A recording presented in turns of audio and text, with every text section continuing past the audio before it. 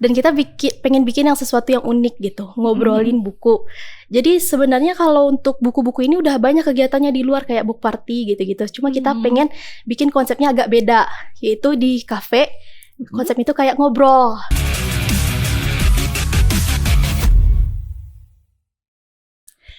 Halo generasi penersata, selamat datang di Siniar Literasi. Tepuk tangan dong. Episode kali ini Siniar Literasi kedatangan tamu spesial, salah satu inisiator dari Cerita Lanjalan, yaitu sebuah tempat untuk menuangkan hobi dan kreativitas di Bukit Tinggi. Selamat datang Kak Farah. Halo Kak. Halo, apa kabarnya? Baik, alhamdulillah. Alhamdulillah. Kak, Cerita Lanjalan ini kan sudah terbilang baru ya Kak? Iya, masih baru ya. Tapi udah punya beberapa kegiatan nih Kak. Boleh nggak Kak diceritain sebenarnya apa sih alasan Kakak akhirnya menginisiasi Cerita Lanjalan? Terus di Cerita Lanjalan ini tuh ada beberapa kegiatan kan Kak? Iya. Kenapa memilih diskusi buku jadi salah satu kegiatan yang ada di Cerita Lanjalan? Oke. Jadi Cerita Lanjalan ini emang masih baru. Kita awal bikinnya itu di tahun 2025 akhir, bulan November. Nah, inisiatornya ada dua. Mungkin aku ceritain profil singkatnya dulu ya. Boleh. Nah, inisiatornya itu ada dua. Aku, Farah, dan sama satu lagi Radifa. Belum bisa datang hari ini. Oh gitu. Nah, untuk awal terbentuknya itu kita sebenarnya iseng aja sih. Karena nyari di Bukit Tinggi bikin apa yang seru. Nah, terus karena kita sebelumnya itu dari Jawa. Nah, untuk event-event organizer itu di Jawa tuh udah banyak sebenarnya. Cuma di Bukit Tinggi belum ada nih yang mewadahi buat kegiatan-kegiatan kreatif kayak yang kita lakuin sekarang ini gitu. Nah, jadi untuk inspirasinya kita sebenarnya banyak lihat di Jawa juga yang udah ada apa ya, apa yang bisa kita masukin ke Bukit Tinggi gitu. Nah, untuk yang pertama itu kita ngadain acara melukis. Nah, yang itu kita bikin free tuh, rame juga yang ikut. Yang kedua cake party. Nah, yang ketiga itu baru ini ngobrolin buku. Nah, ternyata yang ngobrolin buku ini kita sebenarnya nggak yang terlalu berekspektasi tinggi juga. Tapi ternyata yang paling rame malah yang ngobrolin buku ini, yang book talk. Sampai yang pertama itu kita ngadain harus ditutup karena udah penuh. Sebenarnya kita nggak ngebatasin orang ya, cuma karena terlalu rame, takutnya nggak kepegang dan kita masih baru kan. Kita batasin terus diarahin orang-orangnya buat nanti ikut yang ke volume 2 aja gitu. Oke, berarti bukan sekali ya, bukan baru gitu. Maksudnya kegiatan ngobrol ini udah beberapa kali jalan gitu ya kayak. Jadi sampai sekarang udah tiga kali. 3 volume buat yang ngobrolin buku. Emang yang paling dinanti-nanti itu sih dari semua kegiatan kita. Ya, dari jawaban Kak Farah tadi aku jadi penasaran. Kak kan tadi bilang dari Jawa ya Kak ya. Iya. Terus kegiatan ini juga terinspirasi dari banyak kegiatan yang ada di Jawa. Aku penasaran sama namanya sih Kak. Cerita Lanjalan ini lanjalannya ini tuh kayak jalan-jalan yang dibuat kekinian kayak Mas Sama, hati-hati atau apa nih? Karena aku kan juga Jawa nih kayak lanjalan tuh kayak apa ya, cerita lanjalan kalau aku artikan dalam bahasa Jawa tuh jadi cerita dan jalan. Iya, orang-orang juga banyak bingung. Tapi sama kegiatannya kan agak kurang linear ya. Jadi sebenarnya itu awalnya kita mau bikin open trip. Oh gitu. Kayak kegiatan trekking atau apa gitu. Cuma kan kalau untuk dari awal orang-orang susah percaya gitu kan. Jadi kita buat ngumpulin masa, kita ngadain kayak fun activities dulu buat ngadain itu. Jadi kayak nyari orang-orang dulu lah buat ngegedein akun ini. Cuma sekarang nggak tahu ternyata lebih seru yang kegiatan-kegiatan fun activities yang tiap weekend ini gitu. Belum ada rencana ke si jalan-jalannya tadi. Jalan-jalannya. Mungkin next beberapa bulan lagi mungkin kita rencanain bakal ada lagi. Tapi kalau dibuat dari akhir tahun kemarin dan sekarang baru 2 bulannya di tahun 2026 ini termasuknya sudah sangat aktif ya kayak kita terus-terusan gitu ya kegiatannya. Tadi kan kegiatan diskusi buku ini dinamai dengan ngobrolin buku ya Kak. Itu gimana konsepnya? Kita namain ngobrolin buku. Sebenarnya kalau di bahasa Inggris kan book talk ya istilahnya. Dan kita pengen bikin yang sesuatu yang unik gitu, ngobrolin buku. Jadi sebenarnya kalau untuk buku-buku ini udah banyak kegiatannya di luar kayak book party gitu-gitu. Cuma kita pengen bikin konsepnya agak beda, yaitu di cafe. Konsep itu kayak ngobrol. Jadi kita bikin namanya ngobrolin buku gitu. Biar seru juga ya kayak biasanya kan kalau buku tuh identik sama kayak kutub buku deh Kak. Yang diem enggak kurang bersosialisasi, nah, tapi ini dibikin dengan fun gitu dibikin seru gitu Kak. Kan kegiatannya udah berjalan Kak beberapa kali gitu. pada akhirnya bagaimana cara cerita Lan-Jalan ini memandang dan memaknai literasi? Awalnya kan kita gak ekspektasi tinggi juga ya, karena kegiatan buku kan gak banyak ya di Bukit Tinggi gitu. Jadi waktu awal bikin itu kita gak mau ekspektasi tinggi, paling beneran buat kita sendiri, buat nyari teman yang kita kan suka baca buku. Aku sama Radifa suka baca buku. Dan pengen nyari temen buat baca buku, gimana ya kita adain event ini yuk. Paling yang datang juga cuma paling di bawah 10 orang lah. Tapi itu tuh kayak buat kita ngobrol-ngobrol aja gitu kan. Dan ternyata banyak yang ikut kan. Dan beneran pecah banget waktu itu, kayak banyak yang daftar ngajakin teman-temannya. Jadi kita kayak mandang, oh sebenarnya literasi di Bukit Tinggi ini termasuk tinggi, peminatnya tinggi gitu. Cuma belum ada yang mewadahi. Jadi orang-orang tuh nggak tahu gitu di Bukit Tinggi ada event gitu. Jadi kayak oh ternyata di Bukit Tinggi tinggi, dan kita jadi kayak makin semangat buat bikin event-event lanjutan yang buku. Berarti buat mewadahi mereka gitu. Dari kegiatan pertama udah rame tuh Kak? Iya. Awalnya dibuat berapa? Kuotanya tuh berapa orang kita? Awalnya kita kan nargetin 20. Kita udah cetak, kita tuh biasanya kayak ngasih merchandise gitu di akhir.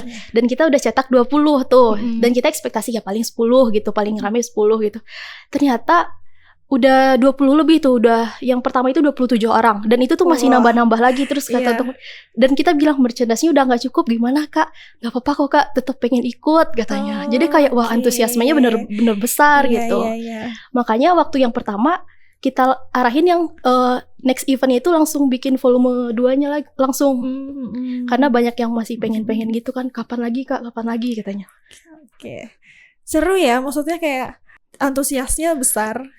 Dan sampai akhirnya ngebuat lagi volume 2 dan sampai sekarang sudah volume 3. Volume 3. Volume 3. Berarti sebenarnya kan Kak Farah dan tim Cerita Lan-Jalan ini udah punya kesadaran literasi ya Kak? Iya. Terutama juga pada peserta-peserta yang sudah pernah mengikuti kegiatan tersebut gitu ya Kak.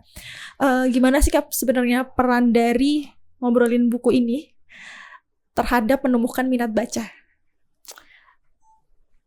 Kalau untuk individunya aku kurang tahu juga ya Kak. Cuma kayak dari ngobrol-ngobrol kan yang ikut itu biasanya ikut lagi di volume 2-nya. Jadi kayak ketagihan ikut. Terus kayak nanya gimana yang sebelumnya kenapa bisa ikut. Terus katanya mereka kayak gara-gara ini jadi mulai baca buku lagi. Ada yang baru mulai baca buku, jadi semangat karena dapat teman yang sesama suka baca buku gitu kan. Ada yang mulai kayak lagi reading slam, lagi males baca buku, ketemu teman-teman dapat referensi bacaan lain, malah jadi semangat baca buku gitu. Apalagi kan kita naikin di konten juga kan. Iya sih. Jadi kayak orang-orang Bukit Tinggi ya harapannya jadi lebih aware, lebih inilah yang termotivasi buat lebih sering baca buku gitu. Iya benar sih. Sebenarnya ini juga bukan cuma PR untuk atau tantangan untuk Cerita Lan-Jalan ya Kak. Ini sebenarnya memang PR kita bersama, karena memang menurut data saja di negara kita tuh minat bacanya kan agak rendah literasinya. Daripada tetangga-tetangga negara yang lain ya Kak ya. Kita memang belum sebaik mereka gitu. Kak, tadi kan kita udah ngobrolin tentang cerita terbentuknya, Cerita Lan-Jalan dan juga konsepnya. Sekarang aku mau nanya tentang teknis nih Kak.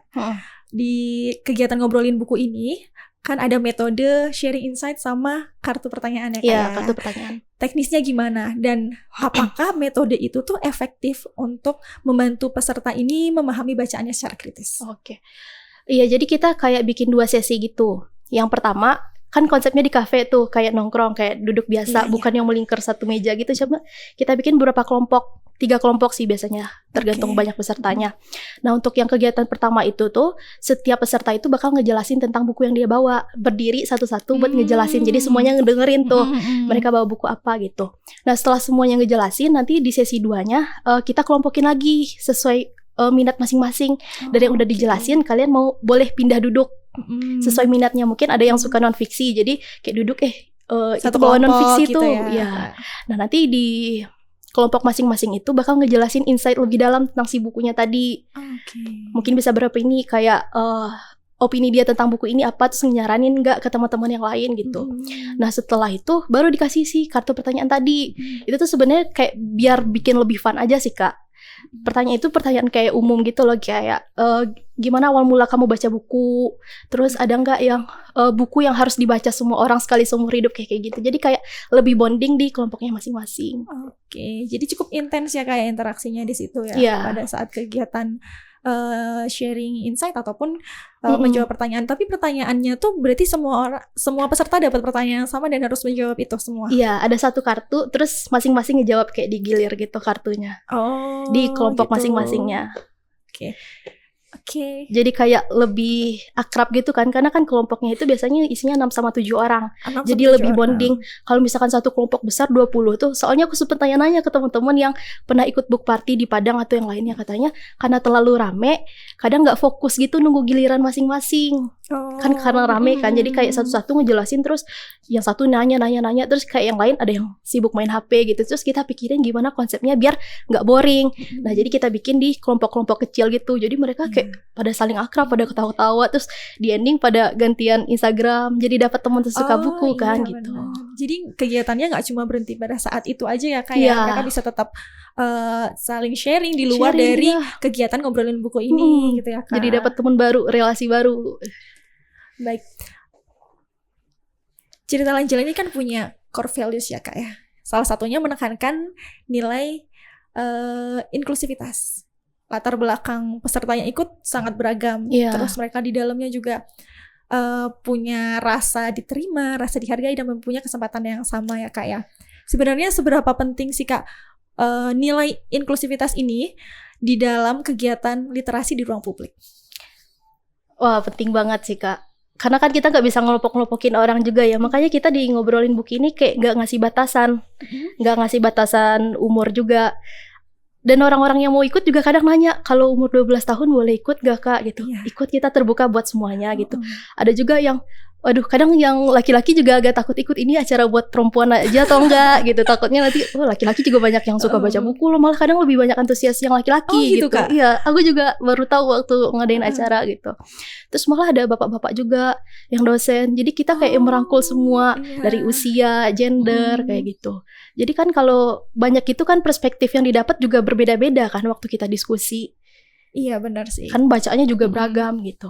Iya, terus ngomongin tadi ya kayak usia, aku sempat lihat di salah satu video Instagram Cerita Lanjalan tuh kayaknya ada anak laki-laki ya, Kak, mungkin SD kali ya Kak ya. Iya. Iya, aku tuh yang 12 tahun kalau nggak salah. Oh, itu yang 12 tahun ya Kak.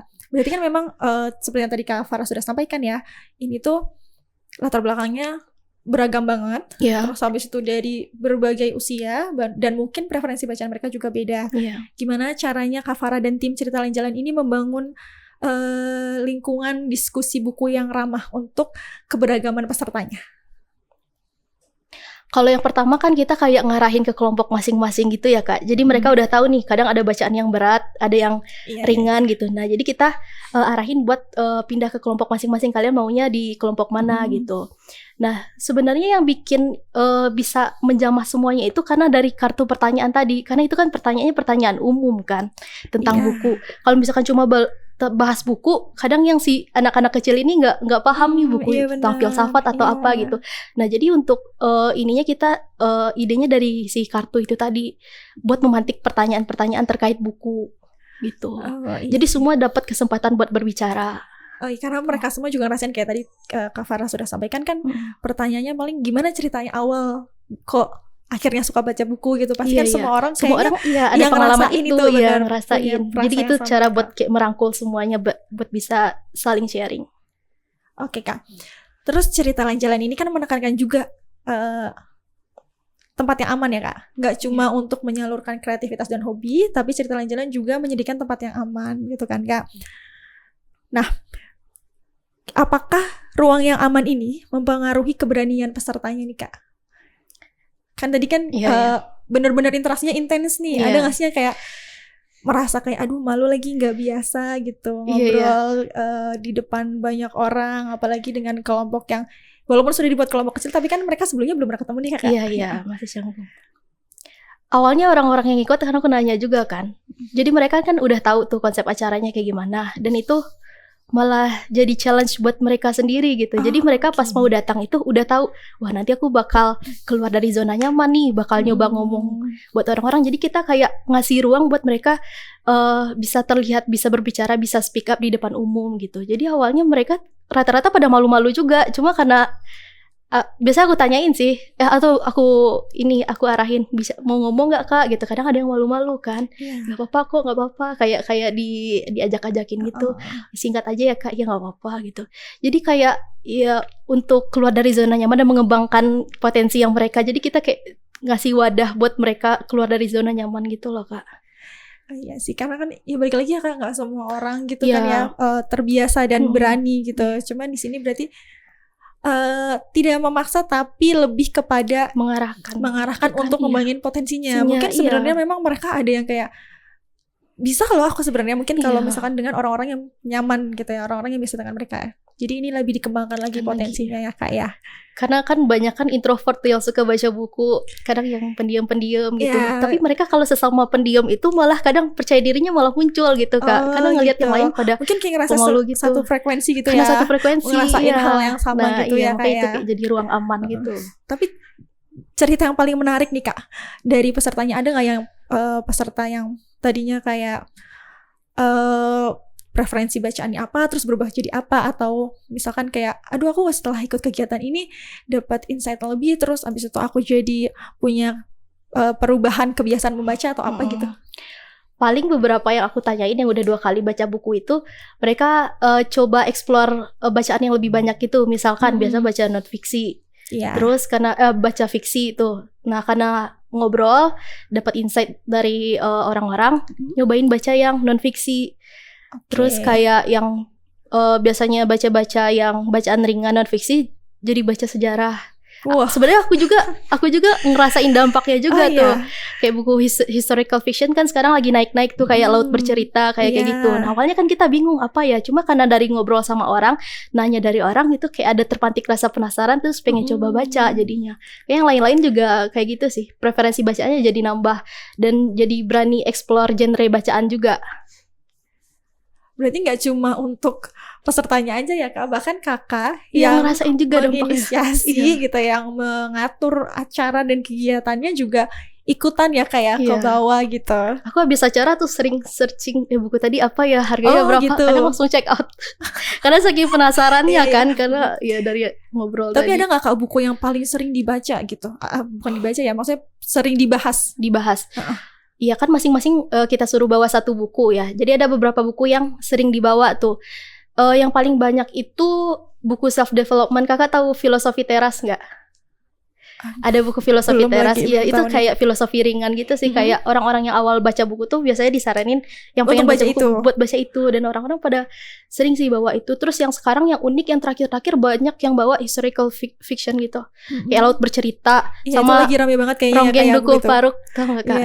Itu aku sampai beli buku itu karena orang-orang pada ini nyaranin baca. Oke kak, selama proses kegiatan ngobrolin buku ini kan interaksinya intens banget tuh kayak antara peserta.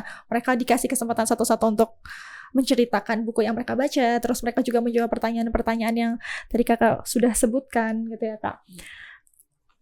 Dari kegiatan itu kan terbentuk relasi sosial. Nah, sebenarnya tuh bagaimana relasi sosial ini akhirnya berkontribusi dalam proses literasi dan belajar bersama?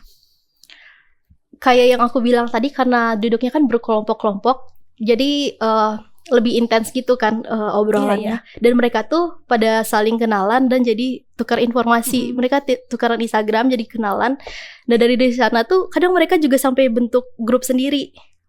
Grup buku, terus buat apa aku tanya kan, buat lebih banyak sharing-sharing bacaan gitu, kasih insight. Jadi mereka jadi beneran berteman sampai bikin grup buat buku sendiri gitu kak. Itu sih uniknya. Iya benar. Kakak diajak juga nggak tuh kak di dalam grup? Kadang diajak. Itu berarti grupnya memang grup yang mereka grup kecil-kecil itu. Iya, grup kecil-kecil, bikin grup baru sendiri. Katanya buat sharing buku lebih banyak gitu. Tapi pernah nggak kak kayak misalkan di volume 1 mereka sudah ikut ngobrolin buku di satu kelompok. Terus nanti di volume 2 mereka ikut lagi dan jadi satu kelompok lagi? Kayaknya enggak deh kak. Kalau yang soalnya yang ikut itu yang nggak terlalu banyak juga, selalu banyak yang baru-baru sih Kak. Nggak selalu volume 1 selalu ikut volume 2, cuma kayak ada 1, 2, 3 orang yang yang pengen ikut lagi. Jadi gitu kayak selalu ada wajah baru dan selalu ada informasi dan perspektif baru gitu tiap volumenya. Jadi orang-orang jadi semangat kan, pasti ada orang baru lagi nih, teman baru lagi. Iya, gitu. ketemu teman baru lagi ya Kak. Terus nanti dari situ juga dapat referensi yang lain, dapat yang lain juga. Terus aku penasaran Kak, dari sekian banyak ruang publik di Bukit Tinggi, kenapa Cerita Lanjalan memilih coffee shop? Coffee shop.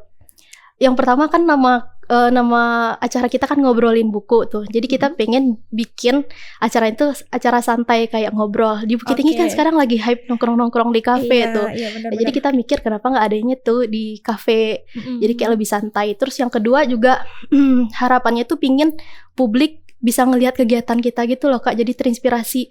Oh jadi kalau nongkrong di kafe tuh nggak cuma ngobrol, foto-foto doang, ngobrol, cuma bisa bahas aja, gitu ya, Kak. Bisa melakukan sesuatu yang produktif, kayak bahas buku. Jadi itu tuh pengennya mengharapkannya baca buku di publik itu tuh bukan sesuatu yang tabu lagi gitu. Di Bukit Tinggi atau seharusnya di Indonesia kan kadang kita agak malu ya baca buku, takut dibilang performatif. Oh, ini nih sok keren nih gitu. Nerd nih iya. Buku nih gitu. Jadi harapannya gitu sih Kak di kafe. Iya benar. Karena biasanya memang gitu ya Kak, stereotipnya tuh orang yang suka baca buku tuh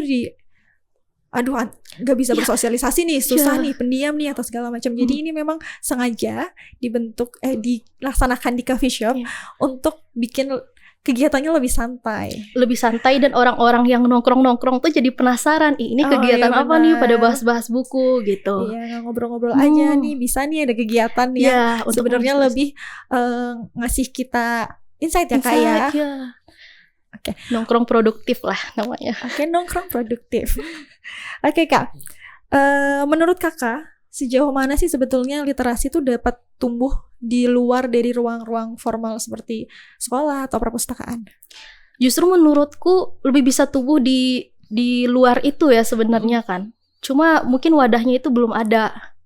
Nah makanya dari itu kita mewadahi orang-orang buat baca buku, ngumpulin. Karena di sini tuh ternyata pas kita ngobrol-ngobrol sama orang, ya nggak nyangka ternyata di Bukit Tinggi banyak ya yang ini yang baca buku, yang ini cuma nggak tahu, nggak terekspos gitu karena nggak ada event yang mewadahi kan. Jadi sebenarnya dengan ikut event-event ini dan juga kita bantu di promosi di sosmed, sebenarnya literasi pasti bisa naik sih kalau di Bukit Tinggi untuk menginspirasi. Ya. Yang penting ada wadahnya kan. Iya benar, apalagi tadi Kakak juga cerita setiap kegiatan yang Kakak dan tim buat tuh selalu rame gitu, selalu rame. Sampai harus tutup ya kayak dan bikin volume selanjutnya karena nggak bisa menampung semua pesertanya gitu kan Kak. Tapi kira-kira nih Kak, ada rencana nggak Cerita Lanjalan membuka peluang kolaborasi dengan ruang-ruang formal seperti kayak institusi pendidikan atau mungkin dengan komunitas yang lain? Ada, pasti ada. Kita terbuka banget buat kolaborasi. Itu di bio Instagram juga udah dibikin open collaboration. Jadi kalau mau boleh langsung DM aja. Langsung DM kemana Kak? Ke Instagram Cerita Lanjalan di DM-nya. Oke. Terus Kak, apa harapan dari Cerita Lanjalan nih Kak? Supaya bukan supaya ya, terkait budaya literasi di Bukit Tinggi ke depannya. Harapannya tentu saja semoga literasi di Bukit Tinggi makin meningkat. Gak hanya di ruang formal tapi juga non formal. Dan orang-orang juga harapannya lebih bisa dan lebih santai buat baca buku di publik. Aku harapannya gitu sih Kak. Iya. Karena Kakak sama juga suka baca buku di... Suka. gitu. Kadang di gym juga baca buku, cuma orang-orang ngelihatnya aneh. Orang-orang ngelihatnya aneh dan aku pengennya ngebikin baca buku itu suatu hal yang biasa. Kayak di negeri, di luar negeri, di barat kan di mana-mana orang baca buku kan, di kereta di mana, cuma kayak di Indonesia ya, bukan di Bukit Tinggi aja, itu tuh kayak sesuatu hal yang tabu gitu kalau baca buku. Dan orang yang baca buku sebenarnya emang pengen baca buku, cuma takut dijudge, takut wih sok keren nih orang, pengen beda sendiri gitu, sok pinter nih atau apa gitu. Tapi tadi aku kaget sih Kak, di gym baca buku sambil treadmill Kak. Biasanya kan boring ya, daripada nonton pengen coba baca buku. Kalau nggak nonton dengerin musik gitu ya kayak ini baca buku. Iya, olahraganya dapet, terus ilmu juga dapet dari keren buku. Sih. Tepuk tangan dong. Untuk kedepannya Kak, ada inovasi apa nih yang mau dibuat sama Cerita Lanjalan? Kalau buat ngobrolin bukunya sih kita mau coba di kota lain.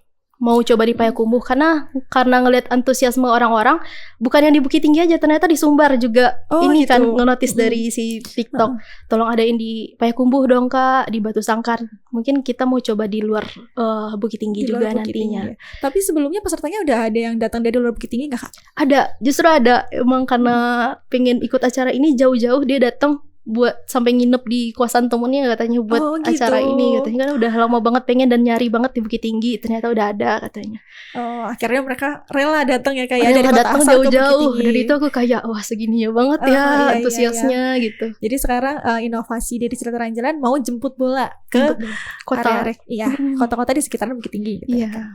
Terakhir nih Kak, pesan yang ingin Kakak sampaikan kepada generasi penerus Hatta yang masih belum baca buku atau yang baru mulai baca buku.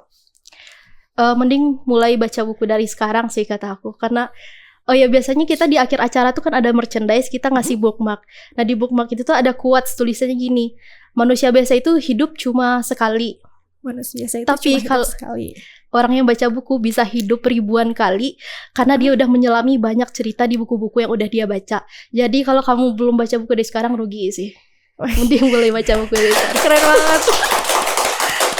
Oke, terima kasih Kak Farah sudah datang ke Siniar Literasi. Makasih banyak. Terima kasih juga kepada generasi penerus Hatta yang sudah menonton Siniar Literasi episode kali ini. Jangan lupa untuk like, comment, subscribe, share video ini ke teman-teman kalian, dan nantikan episode Siniar Literasi selanjutnya. Salam literasi.